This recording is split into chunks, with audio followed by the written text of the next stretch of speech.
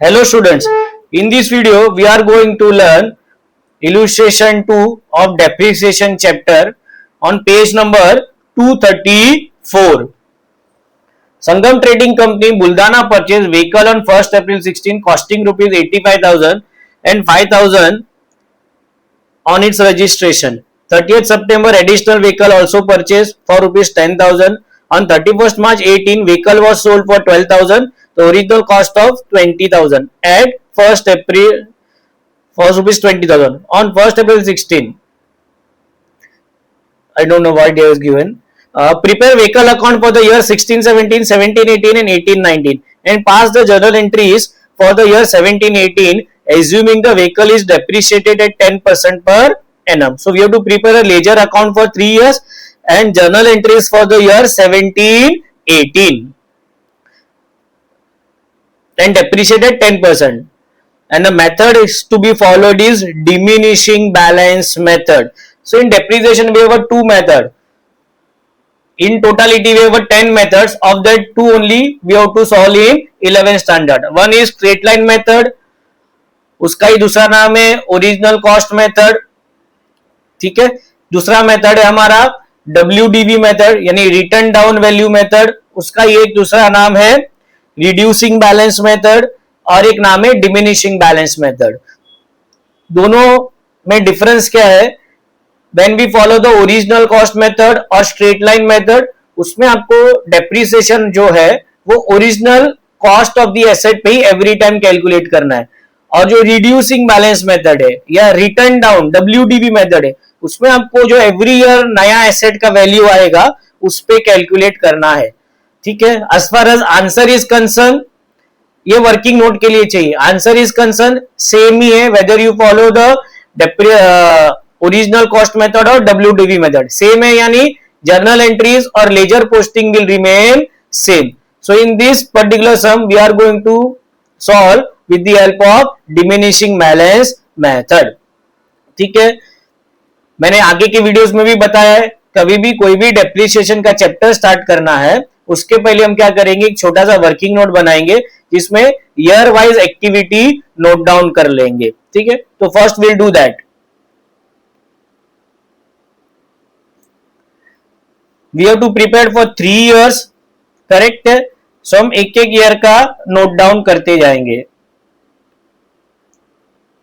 सबसे पहले 16-17, 1st April 16 को years purchase 85,000 plus spend 5,000 on registration, दोनों को टोटल करेंगे तो years purchase 1 vehicle. On 30th September 16 which again fall in the same year, that is 16-17. तो 16-17 में क्या बातें हुई है, ईयर्स परचेज 2 व्हीकल, इतना ही नोट डाउन करना है. Then will continue reading the question. 17-18 next year में आ जाएंगे हम.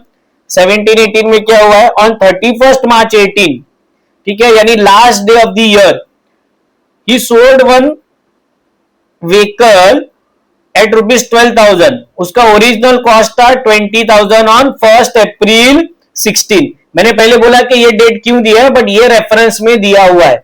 ठीक है, उन्होंने फुल स्टॉप नहीं, यहाँ पे फुल स्टॉप नहीं आएगा, वो कंटिन्यू स्टेटमेंट है. Which was rupees 20,000 on 1st April 16. तो 1 अप्रैल 16 को हमने टोटल 90,000 का परचेस किया है, तो उसको क्या करना पड़ेगा, हमको 2 पार्ट में डिवाइड करना पड़ेगा, क्योंकि 20,000 का व्हीकल 12 में बेचा है और टोटल हमने परचेस किया 90 का. तो 90 में से 70 is unsold and 20 is sold. जब यहाँ पे वर्किंग नोट लिखकर बताऊंगा तो वापस ये एक्सप्लेन करता हूं. बट 17-18 में क्या हुआ है, हमने एक सोल्ड आउट किया, तो वो यहाँ पे S1 लिख लेंगे. Then questions are over, but we have to prepare for 3 years. तो 18-19 में क्या हो रहा है, कोई एक्टिविटी नहीं हो रहा है. नो एक्टिविटी मतलब क्या, only we have to pass a depreciation entry. ठीक है, तो ये आपने छोटा सा नोट डाउन कर लिया. Now will start preparing the working note. Particulars, अब मैं यहाँ पे 3 व्हीकल बताऊंगा, टेक्निकली 2 ही है, बट जो 90,000 का परचेस किया है उसमें से 20,000 का 12,000 में सोल्ड किया है, तो 70,000 का इज रिमेन अनसोल्ड. तो यहाँ पे हम ऊपर लिख लेंगे अनसोल्ड और सोल्ड, और जब भी यहाँ पे हम परचेस लिखेंगे तो 2 पार्ट में डिवाइड कर देंगे, 70 और 20. ऊपर से डिवाइड करते चलेंगे तो कैलकुलेशंस इजी हो जाएंगे. फिर क्या हुआ है, अगेन हमने 16-17 में और एक P2 यानी और एक एसेट परचेज किया है, तो वो डेट है 30 सितंबर, तो परचेज ऑन 30 सितंबर, दैट इज व्हीकल 3 डन। जितना भी परचेज किया था लिख लिया 16-17 का। Now you to get a depreciation, ठीक है। 16-17 का जो 1 अप्रैल को परचेज किया उस पर पूरा 12 मंथ्स का आएगा, और जो V3 है उस पे 6 मंथ्स का आएगा। सो 70,000 का 10%, 20,000 का 10%, 10,000 का 10% into 6/12. So we'll get a value as on 1st April 17. Again go to this working note 17-18. 17-18 में क्या लिखा है हमने S1 यानी एक एसेट हमने सोल्ड आउट किया है। तो will go to the question and check कि कौन सी डेट को किया है, 31 मार्च 18 यानी last day of the year. तो हमने जो ये V2 सोल्ड आउट किया है उस पे पूरे साल का डेप्रिसिएशन लगेगा, ठीक है। सो डेप्रिसिएशन फॉर 17-18, यहां पे मैं V1 और V3 का भी लिख रहा हूं क्योंकि last day of the year है, तो V1 और V3 पे जो है वो पूरे साल का डेप्रिसिएशन लगेगा। But the most important, we are following which method, WDV और डिमिनिशिंग मेथड। तो आपका जो नया वैल्यू आया है 1 अप्रैल 17 को, उस पे ये डेप्रिसिएशन कैलकुलेट होगा, दैट इज ऑन 63,000 10%, 18,000 10% एंड 9,500 10%। अगर हम ओरिजिनल मेथड या स्ट्रेट लाइन मेथड फॉलो करते तो हम 70,000 20,000 एंड 10,000 पे कैलकुलेट करते हैं, ठीक है। बट ये सब हमको कौन से मेथड से करना है, डिमिनिशिंग। सो एवरी टाइम जो नई वैल्यू आएगी उस पे हमको डेप्रिसिएशन चार्ज करना है, ठीक है। ये दोनों का V1 और V3 का मैंने क्यों अभी लिख लिया, क्योंकि पूरा साल हमने यूज किया, और V2 हमने last day of the year में बेचा है तो उस पे भी पूरे साल का डेप्रिसिएशन आएगा। अभी हम सिर्फ V2 का प्रॉफिट एंड लॉस कैलकुलेट करेंगे। So value as on 31 March 18 only for V2 I am writing, that is 16,200। हमने बेचा कितने में, 12,000 में, तो हमको लॉस हुआ है 4,200 का। So this is how we have done with only V2। अब जो रिमेनिंग दो एसेट है उसकी वैल्यू हम यहाँ पे लिख लेंगे, that is value as on 1 April 17। Sir कैसे आया ये, 63 में से 6,300 माइनस किया और यहाँ पे 9,500 में से 950 माइनस किया। So this is how we have done with our second year, ठीक है।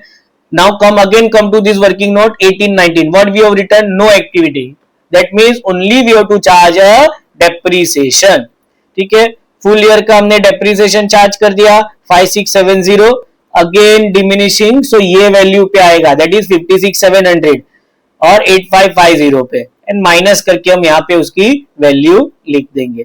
सो this is how we have done with our working note part. हमको 3 इयर्स का लेजर बनाना है और 1 साल का second year 17-18। Note it down, 17-18 का जर्नल एंट्री बोला है, 18-19 का नहीं, ठीक है। Sorry, I have to write it over your vehicle account.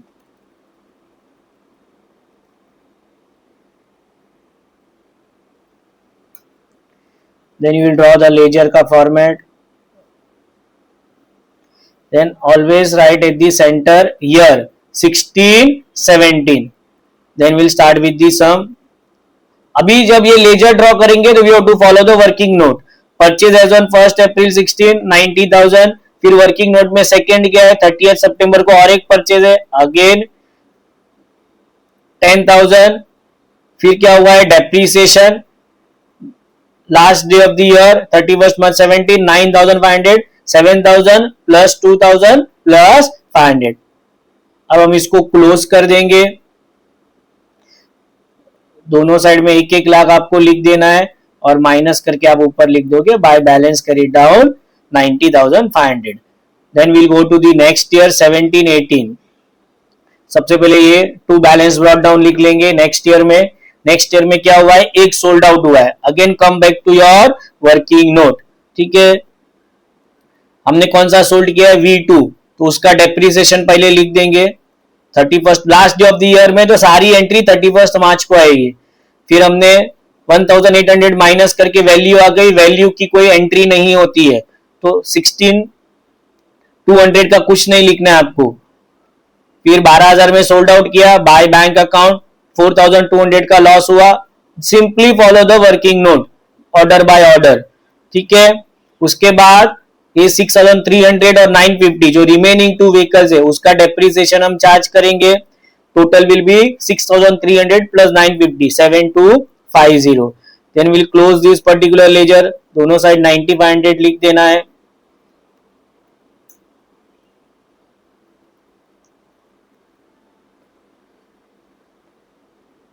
$65,250 1819 center में always write the year for easy.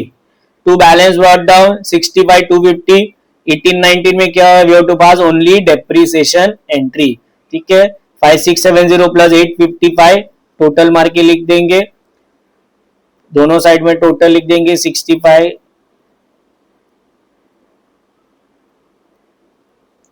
250 65 250 then by balance carry down 58,725 next year में carry forward करेंगे। और लास्ट में क्या चेक करना है, हमारा जो बैलेंस एज ऑन 1 अप्रैल 19 दोनों सेम आ रहा है 58,725 58,725। तो हमने जो वर्किंग नोट में लिखा है वो ही लेजर में लिखा है। Now come back to third year journal entry.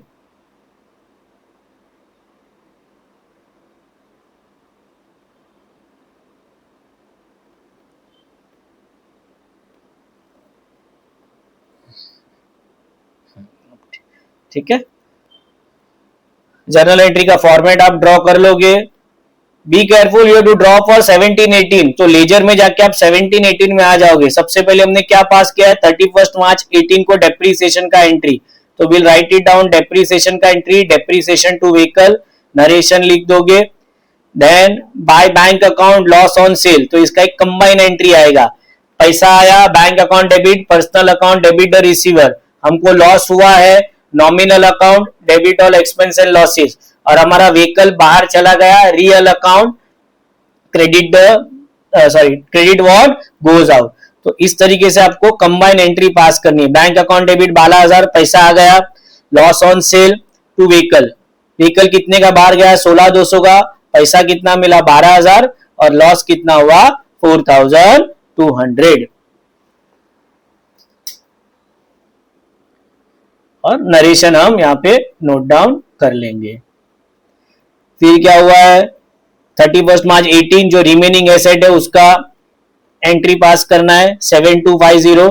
So we have done with all the things, now we have to pass a to transfer entry. एक लॉस जो है वो आपका पीएनएल में ट्रांसफर होगा एंड जो डेप्रिसिएशन है वो भी हमारा पीएनएल में ट्रांसफर होगा। तो profit and loss to loss on sale, ये पार्ट कंप्लीट हो गया।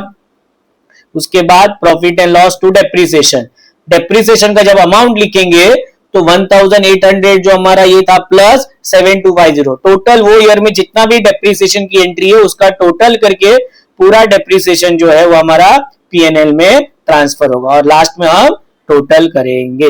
This is how we will solve the depreciation some.